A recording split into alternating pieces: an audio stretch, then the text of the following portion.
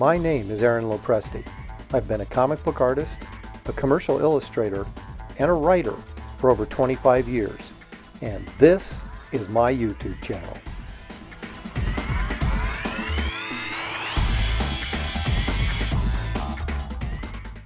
Hey everybody, welcome back to Talking Comics and Art with Aaron Lopresti. I am Aaron Lopresti, a veteran of 30 years of the comic book industry.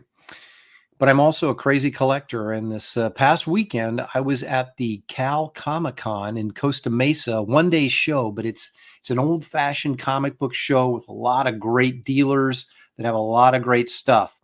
So secretly, I was there to buy old comics. And I had a table set up, I did the thing and sold the stuff and did sketches just so I could get some money so I could go buy old comics. And now I'm going to take a moment to show you what I got this weekend. Alrighty, so first off, what the show is, it's a one-day show, but the night before the show, they do like what they call a comic book kind of swap meet thing, where all the people that didn't get tables at the show, dealers or people that, had small collections or things like that didn't table at the show, they would come in and get a very small table in this small room, and they would hawk their wares, right? And so there was a ton of people in there, flipping through short boxes and elbowing each other, trying to see what everybody had. I picked up a few comics to go into the old spinner rack.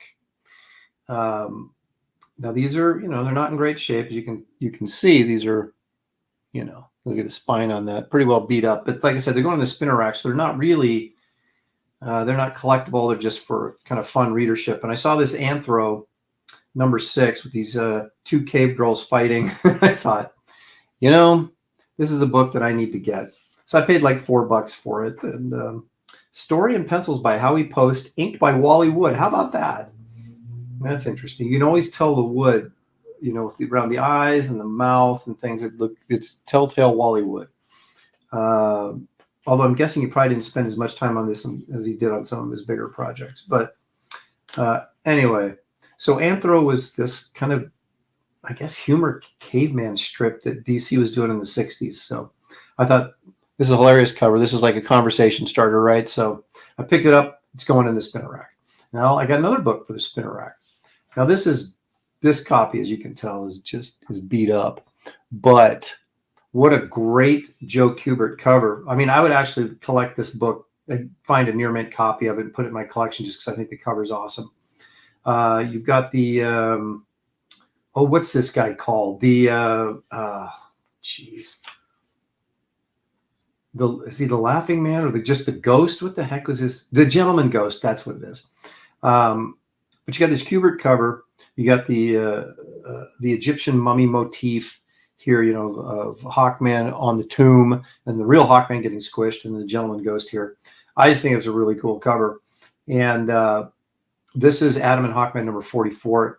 Beat the heck. So, but a great cover. So it's a perfect thing to put in the old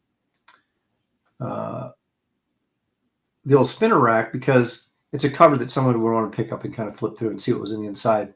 It looks like the interesting thing about these comics was you kind of got the idea that Hawkman and Adam were teamed up in this book, but they ran separate stories in here. So the first one, the lead story here was a Hawkman story by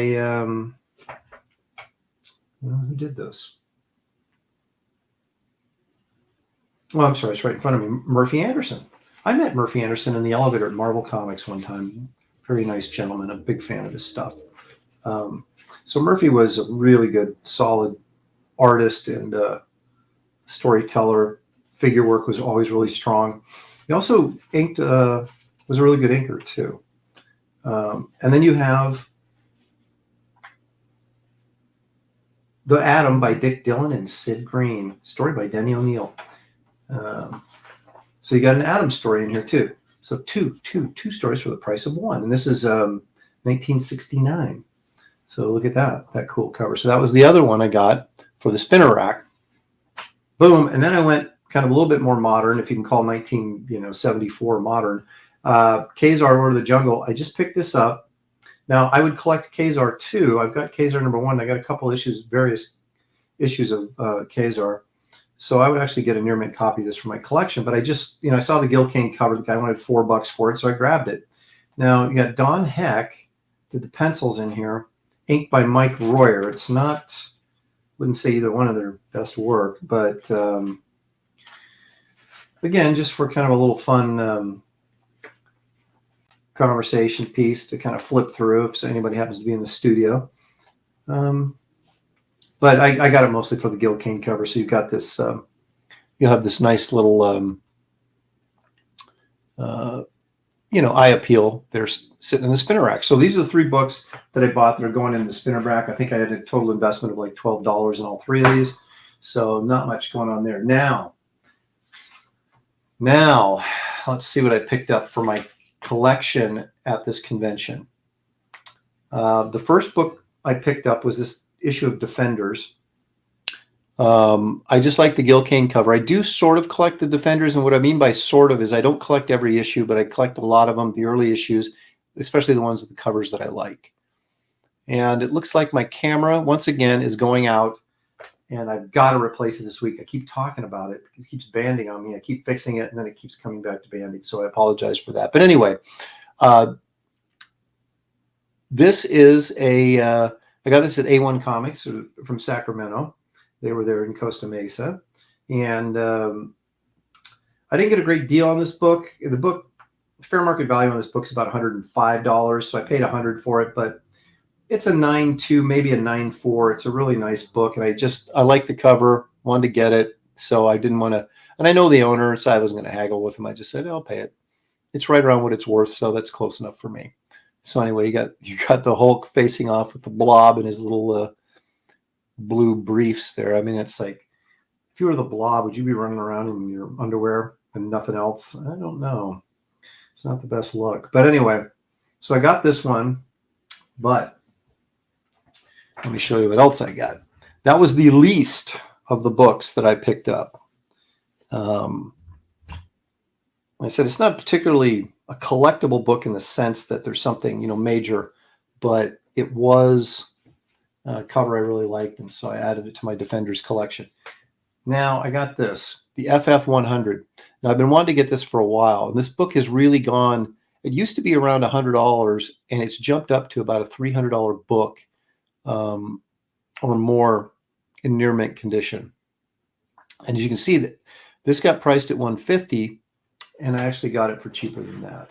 But I was really impressed with this. It's not slabbed, but obviously, but I thought it was really accurately graded. If I can get it out of here. These are these kind of thin, almost sticky Mylars. They're a little bit troublesome. There we go. The corners on this book are amazing. There's a little spot right there, but that's not a scuff. I don't even know if you can see it. It's a print. It's part of the printing. So it's really, you can't really see it, but maybe right there on the corner. And this upper corner here, really nice. There's a little ding there, but it's not a color break. This is the only color break is right there, coming off the spine. There's a couple little tiny dings here and here, but these could be pressed out. So I felt like it was a really nice flat book. The back side of it, I think, is really good. Nice shape. Nice and flat, and pretty darn clean for a 1970 book. This was Kirby's second to his last issue, inked by Joe Sinnott. So how about that? So I felt really good about getting this book for less than $150 in what I really think is a solid near mint minus copy, even though it's not slabbed. I think if I turned this in, it'd come back a 9.2, and I couldn't be happier. So that was one I've been looking to get for a long time, but it was getting sort of pricey, and I didn't really want to spend, $300 for this book in the 9.2. I don't really collect the FF except for certain covers and certain appearances that kind of appeal to me, but I'm not like a completist by any stretch of the imagination with the FF. But anyway, so I got that. And then here's the big one.